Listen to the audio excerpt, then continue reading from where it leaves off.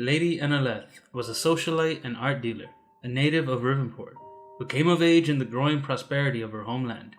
She did very well for herself dealing in rare arts and antiquities for the many wealthy residents of the new city.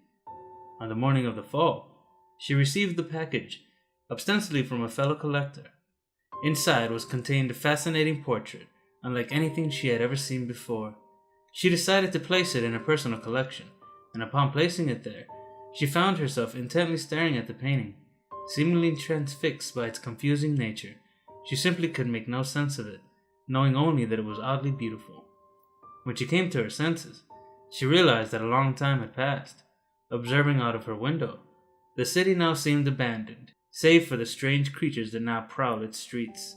And so she has remained in isolation for all this time, only occasionally daring to escape the confines of her home to purchase provisions from Grimm, the strange roaming vendor who travels the devastated streets of the city.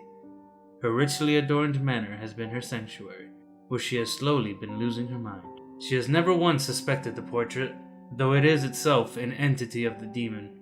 It has near complete influence over Anoleth, and urges her to occasionally leave the safe confines of her home to lure other survivors or adventurers back to her domicile, where the portrait will attempt to mind control them and devour their flesh.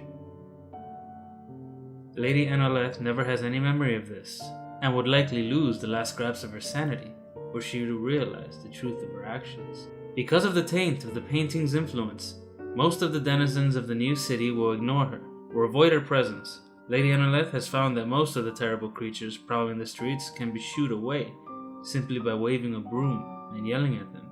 She does not understand that most of these creatures believe her to be one of them. Lady Anoleth has been changed from her ordeal, but she has not lost her sense of dignity and manners, and will invite anyone she meets into the relative safety of her home.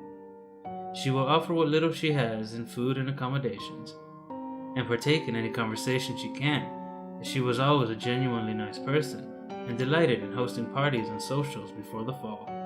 Eventually, the subject of the fine art found throughout her home will be broached, and she will excitedly invite everyone to see her favorite works in her private collection. She has an intimate knowledge of all the works kept within, and is always proud to explain each one along with their history, for she knows the collective history of each piece and their art's creators, all save for one painting.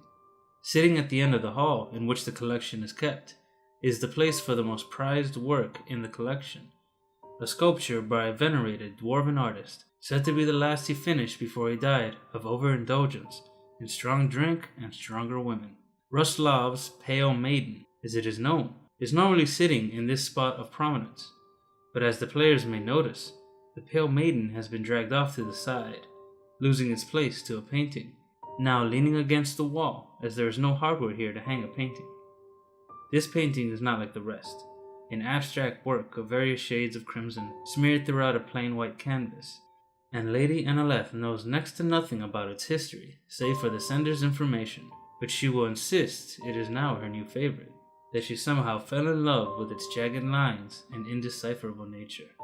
In truth, the painting is easily manipulating the poor woman, while she haplessly brings unknowing victims to their doom. Please refer to the entry entitled Lady Anoleth's Painting for more information regarding the painting and the threat it poses to any who encounter it.